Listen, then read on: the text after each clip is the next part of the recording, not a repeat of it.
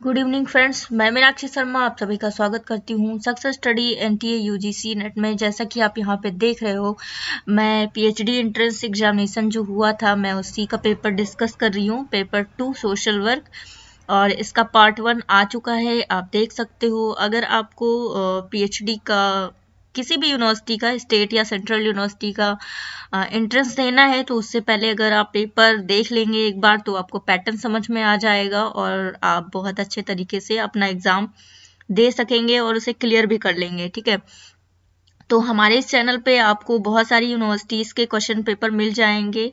ठीक है, प्लेलिस्ट में मेरा है, प्लेलिस्ट में आप जाएंगे तो वहाँ पे क्वेश्चन पेपर मिल जाएंगे। फिलहाल मैं इस वीडियो के डिस्क्रिप्शन में पार्ट 1 शेयर कर दूंगी और जो मेरी प्लेलिस्ट है वो भी मैं डिस्क्रिप्शन में डाल दूंगी। ठीक है, तो आप विद क्वेश्चन आंसर्स देख सकते हो यहाँ पे। ठीक है, अगर आप हमारे चैनल पे नए हो तो चैनल को सब्सक्राइब कर ले, वीडियो को एक लाइक जरूर कर दे और अगर ये वीडियो यूजफुल लगे तो अपने दोस्तों के साथ जरूर शेयर करिए। चलते हैं अब क्वेश्चंस की तरफ। तो यहाँ पे जो क्वेश्चंस हैं वो टोटल 200 क्वेश्चन है। मैंने फर्स्ट पेपर में, जब मैं फर्स्ट पार्ट इसका बनाई थी ना वीडियो, तो उसमें मैंने बता दिया है कि क्वेश्चन कितने हैं, है ना। तो आप पार्ट 1 देखेंगे ना तो सब कुछ बहुत अच्छा क्लियर हो जाएगा। तो हमने 50 क्वेश्चंस यहाँ पे आपसे शेयर किए थे, इसके आगे मैं आप शेयर कर रही हूँ। ठीक है, तो चलते हैं क्वेश्चन देखते कैसे क्वेश्चंस आते हैं एग्जामिनेशन में और आप कैसे बेहतर कर सकते हैं। ठीक है, वो सब मैं भी बताऊंगी, टिप्स भी बताऊंगी। ठीक है, भारत में औद्योगिक विवाद निपटारे के लिए क्रियाविधि निम्नलिखित में से क्या नहीं है। क्या नहीं है आपको बताना है। औद्योगिक विवाद निपटारा करने के लिए कौन सी क्रियाविधि नहीं होती है। तो श्रम न्यायालय, न्यायाधिकरण, राष्ट्रीय न्यायाधिकरण या स्थायी श्रम समिति। तो यहाँ जो ऑप्शन सही होने वाला है आप गेस कर लीजिए, मैं बता देती हूँ कौन सा ऑप्शन सही है। तो यहाँ पे डी ऑप्शन सही है। ठीक है, सोशल डायग्नोसिस पुस्तक के लेखक कौन है। ये जो बुक्स हैं वो बहुत ही फेमस बुक्स हैं। ये आपका अगर आप नेट जेआरएफ देते होंगे उसमें भी आपको देखने को मिलता होगा और जब आप पीएचडी एग्जामिनेशन देने जाएंगे वहां भी आपको देखने को मिलेगा। ठीक है, तो आप जितना भी ज़्यादा आप कॉन्सेप्ट अपना क्लियर करेंगे, क्वेश्चन पेपर उतने अच्छे से आप सॉल्व भी कर पाएंगे, है ना। तो यहाँ पे सोशल डायग्नोसिस जो बुक है वो मेरी रिचमंड की है। मानसिक स्वास्थ्य दल उपागम निम्नलिखित में से किसमें प्रभावशील चिकित्सीय प्रक्रिया के लिए अनिवार्य है। जो boarding school, maternity home, nursing home या चाइल्ड गाइडेंस सेंटर या फिर रिक्रिएशन यूथ क्लब। क्या है इसमें। मानसिक स्वास्थ्य दल उपागम निम्नलिखित में से किस में प्रभावशील चिकित्सीय प्रक्रिया के लिए अनिवार्य है। तो यहाँ पे जो अनिवार्य है वो होता है चाइल्ड गाइडेंस सेंटर। ठीक है, child guidance centres, C option सही है। यदि सेवार्थी वाचिक आपेक्ष करने पर अड़ा रहता है तो किस तकनीक का उपयोग किया जाता है।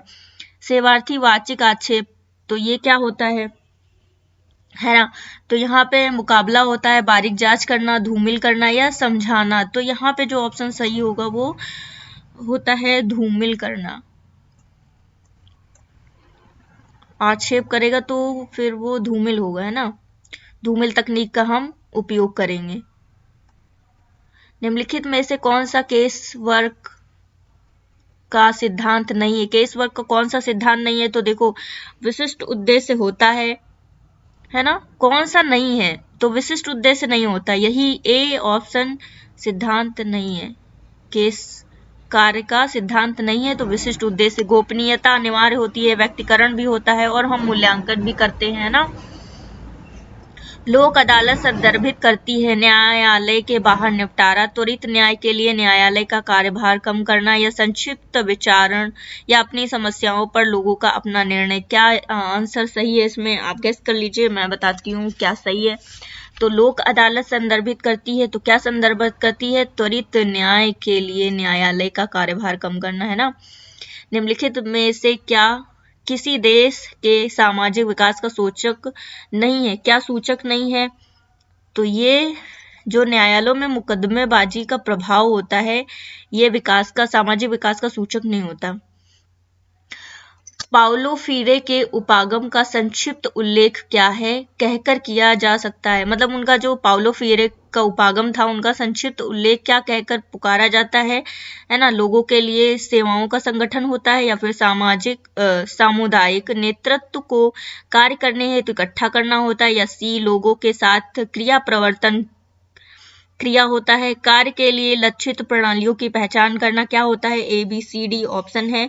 तो यहाँ पे जो होता है लोगों के साथ क्रिया प्रवर्तन होता है। अगर आपने पाउलो फ्रीरे का उपागम अच्छे से पढ़ा होगा, क्योंकि ये बहुत इंपॉर्टेंट है, फर्स्ट पेपर हो उसमें भी पाउलो फ्रीरे आपको पढ़ना पड़ता है मेमोरी में, है ना, और आपको सेकंड पेपर में भी पढ़ना होता है। तो कुछ टॉपिक ऐसे हैं आपको हमेशा देखने को मिल ही जाएंगे, है ना। पुनः आश्वासन एक प्रकार की तकनीक है जो निम्नलिखित के व्यापक वर्ग के अंतर्गत आती है। निर्देशन होता है सूचना लेना, न्यूनतम प्रत्युत्तर या जटिल प्रत्युत्तर क्या होता है? तो जो पुनः आश्वासन एक प्रकार की तकनीक है जिसमें व्यापक वर्ग के अंतर्गत क्या आता है? निर्देशन आता है। बाल श्रम निषेध एवं विनियमन अधिनियम कब लागू किया गया था? अधिनियम से रिलेटेड हमने अपनी प्लेलिस्ट में आप मेरी जाएंगे तो जितने भी अधिनियम आते हैं रिपीटेड होते हैं वो सारे के सारे आपको देखने को मिल जाएंगे, है ना। तो यहाँ पे जो 1986 है इसी में बाल श्रम निषेध अधिनियम लागू हुआ था, है ना। कर्मचारी भविष्य निधि प्रकीर्ण उपबंध अधिनियम किस वर्ष में पारित हुआ था? कर्मचारी भविष्य निधि बताना है कब हुआ था, तो ये हुआ था 1952 में। बी ऑप्शन सही है। संवेगात्मक विकार जिसमें व्यक्ति सत्य के प्रति उन्मुख होता है परंतु दीर्घकालीन दुश्चिंता से ग्रसित होता है, ये क्या होता है? मनोविदलता होती है, अवसाद होता है, व्यामोहम अवस्था होती है, या तंत्रिका ताप होता है। तो यहाँ पे जो ऑप्शन सही है वो है डी। इलेक्ट्रा ग्रंथि की स्थिति किसमें पाई जाती है? आपने पढ़ा होगा इलेक्ट्रा ग्रंथि क्या होती है ना। ये ग्रंथियां बड़ी इंपॉर्टेंट है, आपको उसमें नेट JRF वाले क्वेश्चन पेपर में आपको बार बार देखने को मिल रही होगी, रिपीटेड होती है ना। तो मौखिक अवस्था में इलेक्ट्रा ग्रंथि होती है, गुदावस्था में होता है, लैंगिक अवस्था या अव्यक्तता की अवस्था में होता है। तो जो इलेक्ट्रा ग्रंथि होती है वो लैंगिक अवस्था में पाई जाती। सी ऑप्शन सही है। दमित विचारों के उत्कृष्ट चीजों में प्रकटीकरण को क्या कहते हैं? उदात्तीकरण कहते हैं, द्वैध वृत्ति कहते हैं, क्षतिपूर्ति कहते हैं, या स्थिरीकरण कहते हैं, है ना। तो ये दमित विचारों के उत्कृष्ट चीजों का जो प्रकटीकरण होता है वो उदात्तीकरण कहलाता है। ए ऑप्शन सही है। अंशधारी कर्मचारी, ग्राहक, आपूर्तिकर्ता, दुकानदार तथा समाज निम्नलिखित में से किसका गठन करते हैं? समुदाय का, संगठन का, स्टॉक होल्डर्स का, या समाज का? ये तो बहुत इजी है, अगर थोड़ा सा भी दिमाग लगाएंगे ना तो ये हो जाएगा। तो ये स्टॉक होल्डर्स होता है। सी ऑप्शन सही है। निम्नलिखित में से कौन सा उपचार समूह नहीं है? वृद्धि समूह, या समाजीकरण समूह, शैक्षणिक समूह, या अध्ययन दल? इसमें बताना उपचार समूह नहीं है ना। तो उपचार समूह जो नहीं होता है वो अध्ययन दल होता है। जो स्टडी टीम होती है वो कोई उपचार दल नहीं होता, है ना। प्रॉब्लम्स आर अनमेट नीड, यह किसका कथन है? आपको बताना है। यहाँ पे देखिए Felix Biestek, GR Banerjee, G Matthew, या HH पर्लमैन? तो यहाँ पे जो ऑप्शन सही है प्रॉब्लम आर अनमेट नीड ये है HH पर्लमैन का। कुछ बुक्स हैं उनको आपको बहुत अच्छे से उनके राइटर्स पता होने चाहिए क्योंकि वो रिपीटेड हैं, है ना। भारत में प्रजनन और बाल स्वास्थ्य कार्यक्रम निम्नलिखित में से किस वर्ष लागू किया गया था? तो ये जो लागू किया गया था ये 1997 में लागू किया गया था। 1992 का रियो अर्थ सम्मेलन किस विषय से संबंधित था? तो ये जो सम्मेलन है आपने पेपर 2 में पढ़े होंगे तो आपको पता होगा। तो यहाँ पे ये जो धारणीय विकास है, सस्टेनेबल डेवलपमेंट, तो ये है सही ऑप्शन, है ना। 1992 में जो रियो अर्थ सम्मेलन हुआ था उसका विषय था धारणीय विकास। सत्यशोधक समाज की स्थापना किसने की थी? BR अंबेडकर ने, रमेश भंडारी ने, ज्योतिबा फूले ने या अन्ना हजारे ने। तो यहाँ पे क्या ऑप्शन सही है आप गेस कर लीजिए। ये भी बड़ा इजी सा है क्वेश्चन, है ना। सत्यशोधक मैचिंग में आपने बहुत बार देखा होगा, है ना। यहाँ पे सिंगल ही आपको बताना है, तो यहाँ पे ज्योतिबा फूले आंसर सही है। पेपर्स ऑन सोशल वर्क, है ना। एन इंडियन पर्सपेक्टिव, ये किसकी लिखी हुई बुक है? जी.आर. बनर्जी की, जी.आर. मदन की, या फिर सचदेव की, या मारुला सिदया की। तो यहाँ पे आपको बताना है, 4 ऑप्शन है, आप टिक करिए। तो यहाँ पे जो जी.आर. बनर्जी हैं, इनकी ये बुक है पेपर्स ऑन सोशल वर्क। भावनात्मक रोधन क्या होता है ना। अपने को शारीरिक खतरे से बचाना होता है, अनुपयुक्त व्यवहार के औचित्य से संबंधित है, या भावात्मक निवेश को वांछित परंतु असंभावित प्रतिफल में रोके रहने पर लक्ष्य करने वाली युक्ति है, या भावनाओं से बचने तथा भावनात्मक कष्ट से खुद को दूर करने के ढंग के रूप में आपूर्तिकरण के उपयोग के अंतर्गत करता है। तो भावनात्मक रोधन क्या होता है? तो यहाँ पे जो सी ऑप्शन है वो सही है। भावनात्मक निवेश को वांछित परंतु असंभावित प्रतिफल में रोके रहने के लक्ष्य करने वाली युक्ति होती है भावात्मक रोधन। नॉर्मेटिव सिस्टम निम्नलिखित में से किसे संदर्भित करता है? नॉर्मेटिव सिस्टम तो समाज के नियमों एवं प्रतिमानों की पद्धति होती है, या फिर समाज की संस्कृति होती है, समाज का परंपरागत व्यवहार होता है, या उपयुक्त सभी होता है। तो जो नॉर्मेटिव सिस्टम होता है वो होता है उपयुक्त सभी, डी ऑप्शन सही है। सामाजिक नीति का इंस्टीट्यूशनल रेडिस्ट्रीब्यूशन मॉडल किससे संबंधित है? तो यहाँ पे पूंजीवाद से है, सौम्यवादी है, या फिर सर्वसत्तावादी है, या कल्याणकारी है। यहाँ पे आपको बताना है। तो देखते हैं कौन सा आंसर सही है।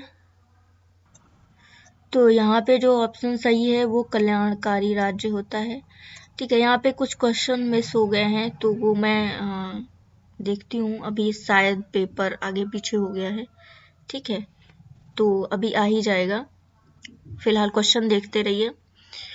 समूह अंतःक्रिया की योजना, जिसे अंतःक्रिया प्रक्रिया कहा जाता है, को किसके द्वारा बनाया गया है?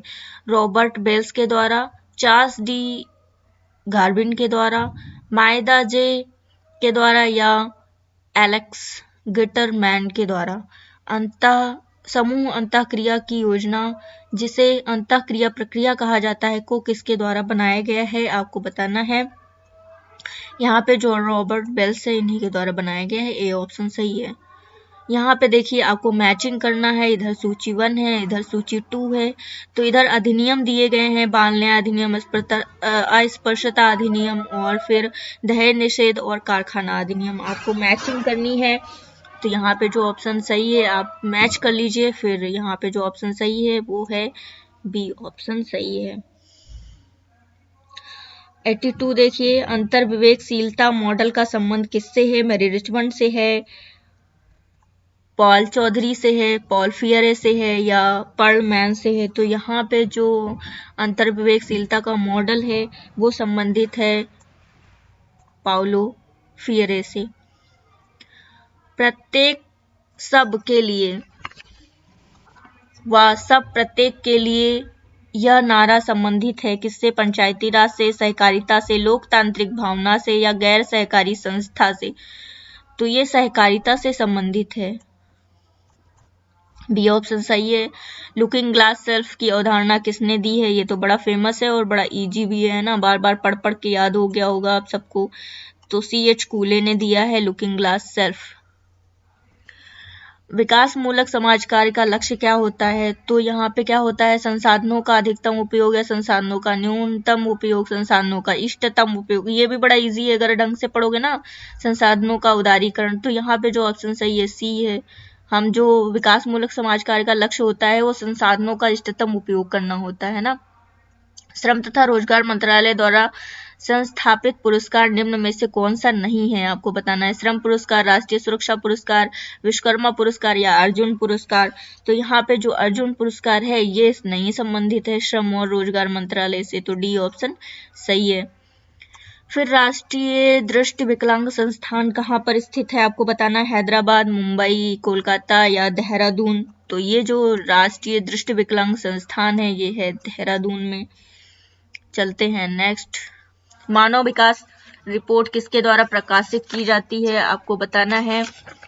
तो जो मानव विकास रिपोर्ट है वो प्रकाशित करता है यूएनडीपी, है ना।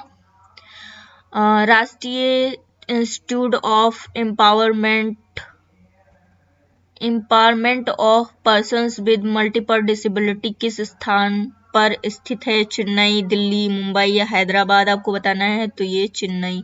ये जो संस्थान है ये अच्छे से आप पढ़ लीजिए, क्योंकि इससे ये जितने भी संस्थान है मैचिंग करने से आ सकते हैं, आपसे ईयर पूछ सकता है। मतलब मैंने एक शॉर्ट वीडियो भी बनाया है, आप मेरे चैनल पे जाएंगे ना, खोजेंगे तो आपको मिल जाएगा। समाज रोग विज्ञान का अर्थ क्या होता है, आपको बताना है। तो सामाजिक बुराइयों की उत्पत्ति, प्रकृति और कारण का अध्ययन करना होता है, या समाज के इतिहास का अध्ययन करना होता है, मानव विकृति व्यक्तियों का अध्ययन होता है, या फिर सामाजिक वर्जनाओं का अध्ययन होता है। तो यहाँ पे जो समाज रोग विज्ञान का जो अर्थ होता है वो ए ऑप्शन ही सही हो जाएगा आपका, है ना। सामाजिक बुराइयों की उत्पत्ति, प्रकृति, कारणों का अध्ययन। मनोभ्रम क्या होता है, आपको बताना है। तंत्रिका, मनुष्य चिकित्सा समस्या होती है, मानसिक स्वास्थ्य समस्या होती है, त्वचा संबंधी समस्या या हृदय का समस्या होती है। तो देखो ये सब बेकार है। आंसर आप ए देखेंगे तो ए बी में आप थोड़ा सा कंफ्यूज हो सकते हैं, लेकिन मनोभ्रम जो होता है वो तंत्रिका मनुष्य चिकित्सा होता है। ए ऑप्शन सही है। कथन कारण देखो यहाँ पे, तो कथन क्या है, मादक पदार्थों का दुरुपयोग बढ़ रहा है, क्या ऐसा सही है। आर देखो, परिवार का नियंत्रण तथा अंतःपीड़ीय संप्रेषण कम हो रहा है। तो आपको क्या लगता है, जल्दी से बताइए, फिर हम बताते हैं आंसर क्या है ना। तो गेस करिए। तो यहाँ पे जो सही है वो है डी ऑप्शन। ए सत्य है, आर भी सत्य है, और इनकी व्याख्या भी कर रहा है ना। चलते हैं नेक्स्ट। समाज कार्य का लक्ष्य आपको बताना है। सामाजिक तनाव घटाना होता है, या सभी को सेवा प्रदान करना होता है, सामाजिक न्याय को बढ़ावा देना होता है, अभिजात वर्ग की सेवा करना होता है, क्या होता है। तो हमें जो सामाजिक कार्य का जो हमारा लक्ष्य होता है वो होता है सामाजिक न्याय को बढ़ावा देना। सी ऑप्शन सही है। मानवाधिकार किस प्रकार का अधिकार है, तो ये भी बड़ा इजी है, ठीक है। तो इसमें कुछ बताने की जरूरत ही नहीं है, आप सबको पता है। ऐसे अधिकार जो किसके द्वारा दिए जाते हैं, मानव जाति को प्रकृति प्रदत्त अधिकार होते हैं। सी ऑप्शन सही है। देखिए यहाँ पे भी आपको क्या करना है, गैर सरकारी संगठनों की स्थापना की प्रक्रिया से जुड़े निम्नलिखित सोपानों का अनुक्रम में व्यवस्थित करना है। यहाँ पे अनुक्रम लगाना है, तो अनुक्रम में अगर हम लगाएंगे तो पहले होता है विजन, और विजन के बाद क्या होता है, मिशन, और मिशन के बाद होता है उद्देश्य, उद्देश्य के बाद होता है कार्यनीतियां। तो डी ऑप्शन सही है। घोर विपदा के बाद उत्पन्न स्थितियों का सही अनुक्रम लगाना है। तो सबसे पहले जब घोर विपदा आती है तो हम क्या करते हैं, है ना। यहाँ पे लाइन से लगाना है, तो हम पहले क्या करते हैं, बचाव करते हैं, और बचाव करने के बाद क्या करते हैं, पीड़ासन करते हैं, पीड़ा समन करते हैं, और उसके बाद पुनर्स्थापन करते हैं, और लास्ट में क्या करते हैं, पुनर्वास कर देते हैं। तो यहाँ पे जो ऑप्शन सही है वो ए है। निम्नलिखित में से कौन सा मौलिक अधिकार नहीं है, काम करने का अधिकार है, संवैधानिक उपचारों का अधिकार है, धार्मिक स्वतंत्रता का अधिकार है, समानता का अधिकार। क्या नहीं है, तो काम करने का अधिकार मौलिक अधिकार नहीं है। बी सामान्य व्यवहार का एक सिद्धांत जो यह मानता है कि समाज स्वीकृत लक्ष्य की प्राप्ति के लिए समाज स्वीकृत साधन के अभाव के कारण भी सामान्य व्यवहार उत्पन्न करता है। तो ये क्या है, कौन सा सिद्धांत है? प्रतिमानहीनता का सिद्धांत है, व्यक्तित्व सिद्धांत है, या विभेदक साहचर्य का सिद्धांत है, या परिरोधन का सिद्धांत है, आपको बताना है। तो यहाँ पे जो सही है वो ए ऑप्शन सही है, प्रतिमानहीनता का सिद्धांत है। ROI का अभिप्राय क्या है, मतलब इसका फुल फॉर्म आपको बताना है। तो क्या होता है, रिटर्न ऑन इन्वेस्टमेंट होता है, बी ऑप्शन सही है। फिर देखिए, आयकर अधिनियम की एक धारा जो अलाभकारी संगठनों को उनकी आय पर कर छूट प्रदान करती है, कौन सी है वो धारा?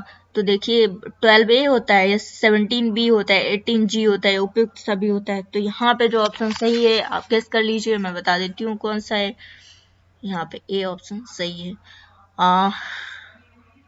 यहाँ पे देखिए, महिलाओं के लिए स्वयं सहायता समूह का अंतिम लक्ष्य क्या है? ये भी बड़ा इजी है, पैसों की बचत करना होता है, ऋण लेना होता है, रिवॉल्विंग फंड प्राप्त करना होता है, या सशक्तिकरण है। अगर स्वयं सहायता समूह आपने पढ़ा होगा तो आपको पता होगा कि सशक्तिकरण होता है अंतिम लक्ष्य। ठीक है, वीडियो कैसा लगा आप जरूर बताइएगा, और अपने दोस्तों के साथ जरूर शेयर करिएगा, साथ में एक लाइक जरूर कर दीजिएगा। मिलते हैं नेक्स्ट पार्ट में, तब तक के लिए thank you so much, bye bye.